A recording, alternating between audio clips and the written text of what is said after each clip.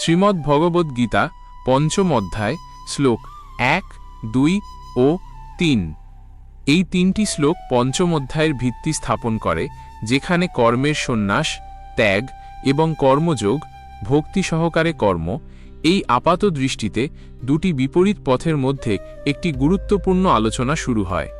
অর্জুন, সর্বদা স্পষ্টতা অন্বেষণকারী ভগবান শ্রীকৃষ্ণকে একটি মৌলিক প্রশ্ন করেন। শ্লোক 1। অর্জুন উবাচ সংন্যাসং কর্মণাং কৃষ্ণ পুনর্যোগং চ সংশসী যৎশ্রেয় এতয় রেকাং তন্ম মে ব্রূহি সুনিশ্চিতম। অনুবাদ: অর্জুন বললেন, হে কৃষ্ণ, তুমি একদিকে কর্মসমূহের সন্ন্যাস, ত্যাগ এবং অন্যদিকে ভক্তিযোগের কর্মযোগ প্রশংসা করছ। এই দুটির মধ্যে কোনটি অধিক কল্যাণকর তা আমাকে সুনিশ্চিতভাবে বলো।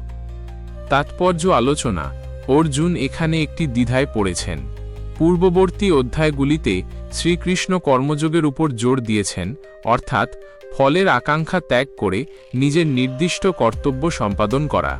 আবার কিছু ক্ষেত্রে তিনি সন্ন্যাসেরও সমস্ত জাগতিক কার্যকলাপ ত্যাগ করা কথা বলেছেন বলে মনে হয়। অর্জুনের কাছে এটি পরস্পর বিরোধী মনে হচ্ছে এবং তিনি একটি সুস্পষ্ট পথ জানতে চাইছেন। কোন পথ আধ্যাত্মিক মুক্তি অর্জনের জন্য শ্রেষ্ঠ? এই প্রশ্ন কেবল অর্জুনের নয়, সমস্ত সাধকের জন্য প্রাসঙ্গিক, যারা জাগতিক কর্মে নিযুক্ত থাকা এবং আধ্যাত্মিক লক্ষ্য অর্জনের মধ্যে সামঞ্জস্য বিধান করতে চান। অর্জুন একটি চূড়ান্ত সিদ্ধান্ত জানতে চান, কেবল তাত্ত্বিক আলোচনা নয়। শ্লোক 2। শ্রীভগবানুবাচ সন্ন্যাসঃ কর্মযোগশ্চ নিঃশ্রেয় সকরা বুভৌ তয়স্তু কর্মসন্ন্যাসাৎ কর্মযোগ বিশিষ্যতে। অনুবাদ: ভগবান শ্রীকৃষ্ণ বললেন, কর্মের সন্ন্যাস এবং কর্মযোগ উভয় নিঃসন্দেহে মুক্তির পথ, কিন্তু এই দুইয়ের মধ্যে কর্মসন্ন্যাসের চেয়ে কর্মযোগ শ্রেষ্ঠ। তাৎপর্য আলোচনা: শ্রীকৃষ্ণের উত্তর তাৎক্ষণিক এবং সুস্পষ্ট।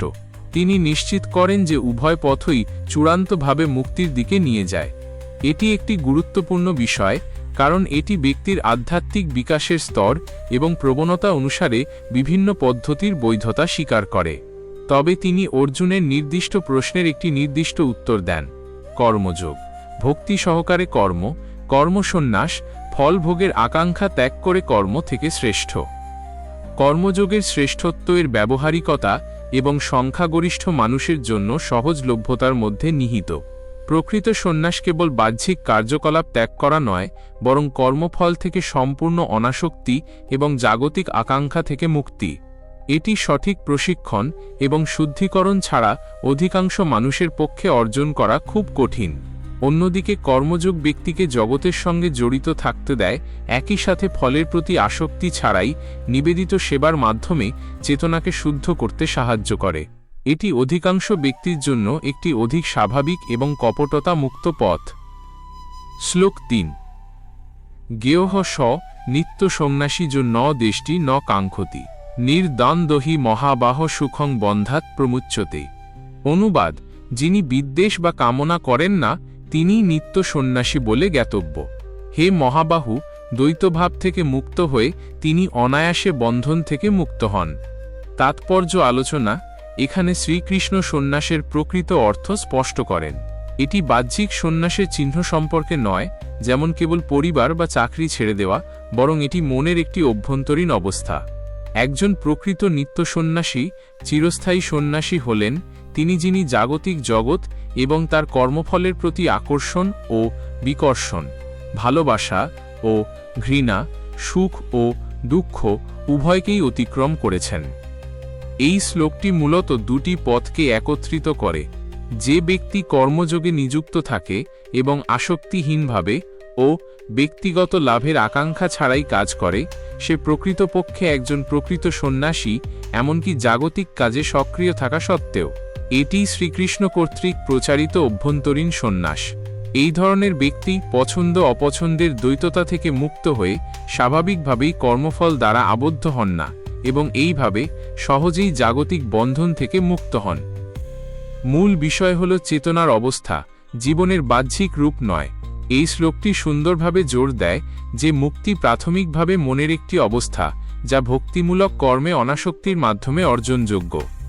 এই তিনটি শ্লোক দৈনন্দিন জীবনে আধ্যাত্মিক নীতিগুলি প্রয়োগের জন্য একটি শক্তিশালী ভিত্তি স্থাপন করে, যা জোর দেয় যে প্রকৃত আধ্যাত্মিকতা বাস্তবতা থেকে পালানো নয়, বরং এর মধ্যেই নিজের চেতনাকে রূপান্তরিত করা।